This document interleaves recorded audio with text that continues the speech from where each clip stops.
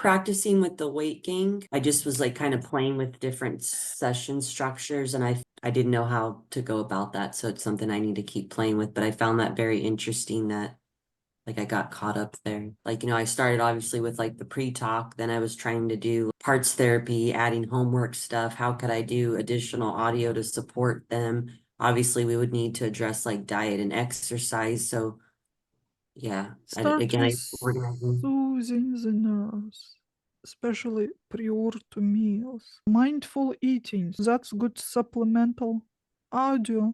Listen to this before each meal. I think Should be it's the first step.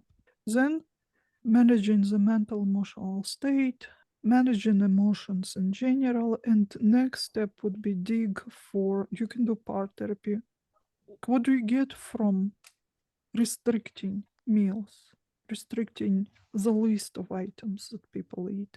What do you get from it? What do you protect her from?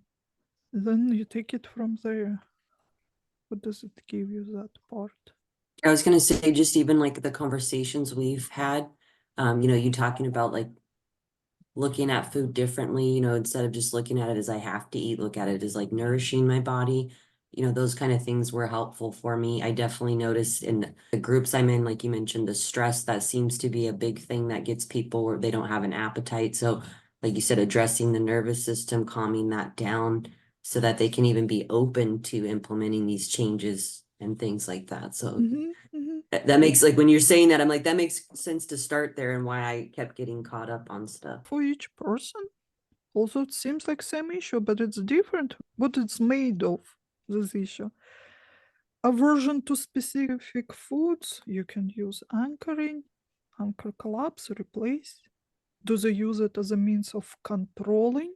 Little children use it very often, but then it just sticks, and when people grow up, they don't even know why they're doing it. Fear of unknown, maybe this is why they refuse to expand the array of foods they eat. Then you just create additional scenarios. I already done it many times. And then you can install cravings for food. Simply enjoy the things, crave the things. Well, I was gonna say when you had talked to Maruta one day about like the eating and you mentioned like nourishing, what are you not nourishing in your life, like in other areas, that was a different perspective on the nourishing, but also very eye-opening.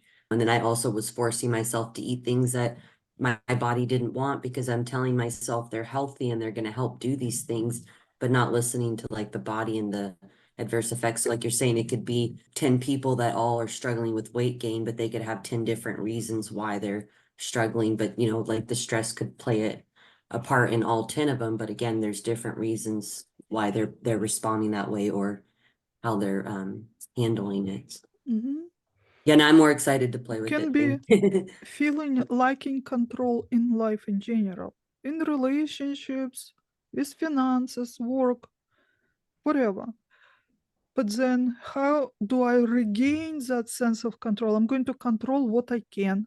Obsessive compulsive disorder or food restriction. This is the only part I can control. I will, to the highest degrees. As much as I can, I'll show you how to control things. Thank you. Little by little, introducing new foods. Steps. That's how our kids are taught to eat. You don't have to even put it into mouth, you touch your lip.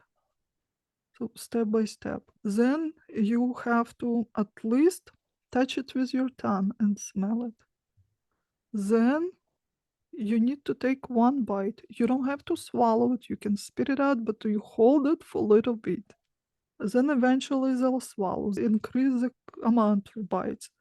And that gradual increase of amount they eat if they never ate this food, those are already grown person, they probably don't even have ferments in the body produced to digest it. So it has to be gradual. Like, okay, I'm going to force myself eat this bowl of whatever new food I've never touched. Of course, person's gonna get sick and will never touch it. Well, I've dealt with this new stuff. I will never touch anything new. Gradual is very important. And you can embed all of those things in hypnosis. From now on, you'll feel comfortable, curious about exploring new things, remembering to be gentle, and do it in a very gradual manner.